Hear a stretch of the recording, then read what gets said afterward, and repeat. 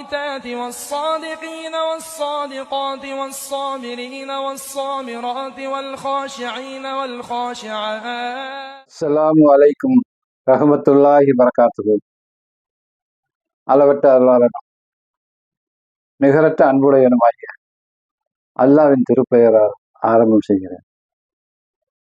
எல்லாம் வல்ல அல்லாவின் நல்லடியார்களே, அருமை சகோதர சகோதரிகளை,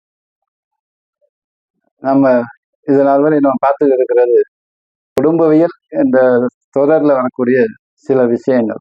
சிலர் சொல்லுவாங்க, என்னன்னு கேட்டா, என் மனைவி என்னை இகழ்ந்து பேசிட்டா, இதுவரையும் மன்னிப்பு கேட்கல, தற்போது நான் அவரோட பேசுறது இல்லை, இது போல எத்தனை நாளைக்கு இருக்க முடியும் அப்படின்னு சொல்லி கேட்கும்போது என்னான்னு கேட்டா, அவர் என்ன இகழ்ந்து பேசினார், அவரை நீங்கள் இகழ்ந்து பேசியதால் அவர் உங்களை இகழ்ந்து பேசினாரா? அதாவது என்னன்னு கேட்டா, இது மாதிரி ஒருத்தர் புகார் சொல்லும்போது கேட்குறாங்க, அவர் உங்களை இகழ்ந்து பேசியதால் தான் இகழ்ந்து பேசினீர்களா? அவர் இகழ்ந்து பேசியது பெருந்தன்மையுடன் உங்களால் அலட்சியப்படுத்தத்தக்கதான். அவர் ஒரு மனைவி கொஞ்சம் கோபத்தில் ஒரு செய்தி திட்டான்னு வச்சுக்கிறீங்களேன், சரி அப்படின்னு சொல்லி அதை விட்டு தள்ளக்கூடியதுக்கு உகந்ததா அப்படின்னு சொல்லி கேட்டா,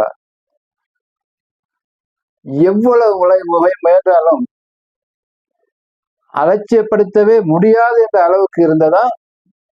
இப்படி பல விஷயங்கள் இதில் உள்ளன. என்னதான் சொன்னாலும் அதை அலட்சியப்படுத்த முடியாது, அப்படியாகத்த கொடூரமான வார்த்தை சொல்லிட்டான் அப்படின்னு சொல்லி. பொதுவாக ஆணாக இருந்தாலும் பெண்ணாக இருந்தாலும் தங்களிடம் உள்ள குறைகளை உணராமல் அடுத்தவரின் குறையை மட்டும் பேசுவார்கள். நம்மள்ட்ட என்ன குறை இருக்கு அப்படிங்கிறத தெரிஞ்சுக்கிறது இல்லை. உங்கள் குற்றச்சாட்டு அது போல இருந்துச்சா என்ன நீங்கள் சுய பரிசோதனை செய்யணும்.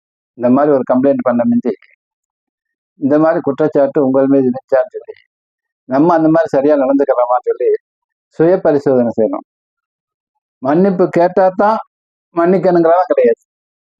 பெருந்தன்மையோட நாமளாவே அது மன்னிக்கலாம், அதுல நன்மை இருக்கு. பல நாட்கள் பல மாதங்கள் உங்களுடன் பேசவில்லை, நீங்களும் அவருடன் பேசவில்லை என்பது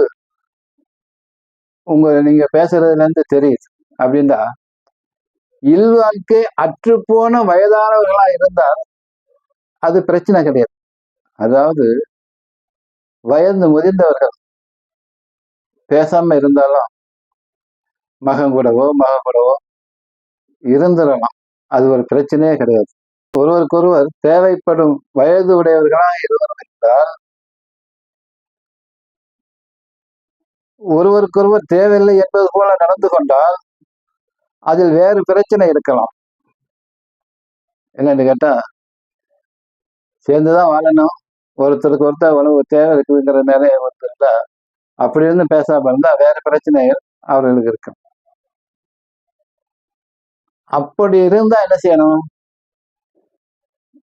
இரண்டு பேர்களும், அந்த பெண் வகையில 2 பேரும் கணவன் வகையில 2 பேரும் போய் அவங்களோட பேசி சமரசம் பண்ணி அவங்களுடைய பிரச்சனையை தீர்த்து வைக்க முயற்சி பண்ணணும்.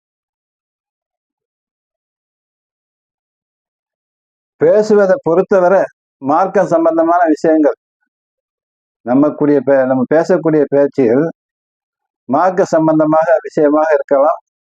உலக விஷயத்துக்காக என்றால் அதிகபட்சம் 3 நாட்கள் தான் பேசாம இருக்கலாம். மார்க்க சம்பந்தம் இல்லாம உலக விஷயத்துக்காக நம்ம பேசாம இருக்குன்னா 3 நாளைக்கு மேல பேசாம இருக்கக்கூடாது. எந்த முஸ்லீமும் தன் சகோதரனுடன் 3 நாட்களுக்கு மேல் பகையாக இருக்கக்கூடாது என்று நபிகள் நாயகம் ஸல்லல்லாஹு அலைஹி வஸல்லம் அவர்கள் கூறியிருக்கிறார்கள். புகாரில 6076வது வசனமா அது இடம்பெறுது. அவனை பார்த்து இவன் புறக்கணிப்பதும் இவனை பார்த்து அவன் புறக்கணிப்பதும் கூடாது. அவர்களில் சிறந்தவர் யாருன்னு கேட்டா, இப்போ சகோதரனோ நண்பர்களோ சில பிரச்சனையினால பேசாம இருக்கலாம்னு சொன்னா, இது 2 பேர்லயுமே சிறந்தார் யாருன்னு கேட்டா, முன்கூட்டி சலாம் சொல்றவங்க தான். சலாம் சொன்னா அவர் பதில் சொல்வார், அந்த பிரச்சனையில முக்கால்வாசி முடிஞ்சு போகும். இது பேசுறதுக்கான ஒரு எல்லையா இருக்குது. கணவன் மனைவின்னு சொன்னா அதுல இதையும் கடந்து கூடுதலான உறவு இருக்குது. உடல் ரீதியான தேவைகள் இருவருக்கும் உள்ளது. அதிகபட்சமாக 4 மாதம் தான் எல்லை உள்ளது. அல்லாஹ்வின் பெயரால் கூட சத்தியம் செய்தாலும் 4 மாதத்துக்குள் சேர்ந்துடும். 4 மாதத்துக்குள்ள சேர்ந்தா என்ன அர்த்தம் கேட்டா, சத்தியம் பண்ண மறுநாளே கூட சேரலாம். அல்லாஹ் மன்னிக்கிறான். அந்த காலத்துல அரபியர் மனைவியிட்ட சத்தியம் பண்ணுவாங்க, அல்லாஹ் மேல சத்தியமா உங்க கூட மாட்டேன் அப்படின்னு சொல்லி. அந்த மாதிரி இப்ப சத்தியம் பண்ணலாம் கூட மறுநாள் பேசலாம், அல்லாஹ் மன்னிக்கிறான். நான் அது 4 மாசம் தயார். 4 மாசத்துக்கு மேல கடந்துட்டா அவர்கள் அதுலயே உறுதியா இருந்தான்னு சொன்னா பிரிஞ்சு போறது தான், வேற வழி கிடையாது. ஆகவே அல்லாஹ் நம்மளை மன்னிக்கக்கூடியவனா இருக்கலாம், யாரையும் பிரிச்சு போக நினைக்க மாட்டான். விவாகரத்து அப்படிங்கன்னு சொல்லும் போது அல்லாஹ்வுடைய அரசு நான் ஆட்டம் காணும்னு சொல்லுவாங்க. அந்த அளவுக்கு ஒரு கொடிய செயலா இருக்கு. ஆகவே அன்பு சகோதரர்களே, குடும்பத்துல கணவன் மனைவி உறவு சாதாரணமா நினைச்சிடாது. அதுல ஏற்படக்கூடிய கஷ்ட நஷ்டங்களை சகிச்சு ஒருத்தருக்கு விட்டு கொடுத்து வாழ்க்கையை இன்பமா கழிக்கிறதுக்கு தான் முயற்சி பண்ணணும். குற்றம் பார்த்தா சுற்றம் இல்லை. எல்லாத்தையுமே குறை இருக்கும். குறையில்லா மனுஷன் துணியாவிலே கிடையாது. நீ செய்யறது எனக்கு பிடிக்காது, நான் செய்யறது உனக்கு பிடிக்காதுன்னா அதை பேசி சரி பண்ணிக்கிறதுமே இல்லாது. அதுக்காக கொடியை பிடிக்க கூடாது. கொடியை பிடிச்சா 2 பேருக்குமே நஷ்டம். நீ இல்லாம அவன் கஷ்டப்படுவான், அவன் இல்லாம இவன் கஷ்டப்படுவான். இந்த நிலைமையை தவிர்க்கணும்னா சகிச்சு போகணும். சகிச்சு போனதுனால உன்னுடைய கிரீடம் இறங்கிறாது. உன்னுடைய தன்மை மேன்மைப்படும், மதிப்பு கிடைக்கும்.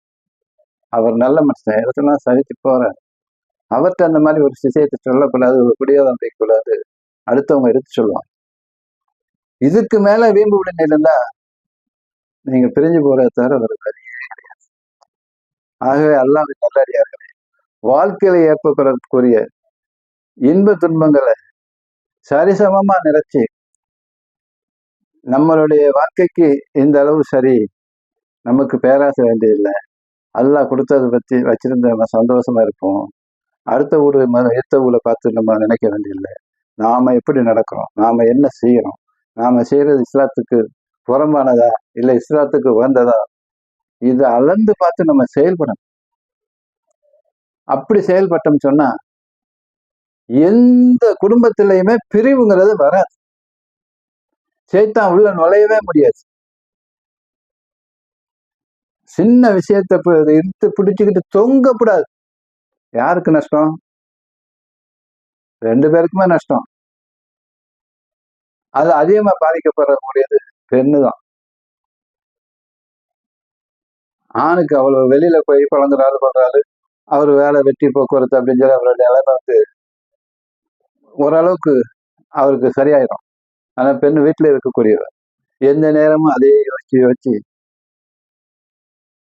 மெயின்ல வீணா போற அளவுக்கு பைத்தியம் பிடிக்கிற அளவுக்கு உள்ள நிலைமைக்கு நிறுத்திடும். பொறுமையை கையாளுங்க. பொறுமை உள்ளவங்க வெற்றி பெறலாம். ரசூல்லா என்ன சொல்லிக்கிறாங்க? அடிச்சு வீழ்த்துறவன் வீரன் இல்லை, சபூர் செய்யறவன் தான் வீரன் சொல்லிக்கிறான். இதுல நம்ம என்ன தெரியுதா, எந்த விஷயமா இருந்தாலும் சபூர் செய்யணும். அடிக்கடிக்க வாங்கிட்டு இருக்கிற சபூர் இல்லை, நியாயமான விஷயங்களுக்காக சபூர் செய்யணும். சபூர் செஞ்சா மறுமையில நமக்கு அபரிவிதமான கூலி ரப்பு தரும். குடும்பத்துல பிரச்சனைகள் வராது. ஒருத்தருக்கு ஒருத்தர் விட்டு கொடுத்து வாழணுங்கிறத படிச்சுக்கிறணும். விட்டு கொடுத்து வாழ்பவர் கெட்டு போக மாட்டாங்க. ஆகவே அன்பான சகோதர சகோதரிகளை, உங்கள் குடும்பத்துல பிரச்சனைகள் இருந்தா அது ஒருத்தருக்கு ஒருத்தர் மனம் விட்டு பேசி அது தீர்வு கண்டு மூணாவது மனுஷருக்கு இந்த செய்திகள் போகாம உங்களுக்குள்ளே சரி என்று ஒற்றுமையாக வந்து இம்மையிலும் மறுமையிலும் வெற்றி பெறக்கூடிய நன்மக்களாக ரப்புல் ஆலமீன் உங்களை இணை ஆக்கி அருளாளா என்று கூறி இந்த சிற்றுரையை நிறைவு செய்து வாகிர் தவறானில் அஸ்ஸலாமு அலைக்கும் ரஹ்மத்துல்லாஹி வரகாத்துஹு.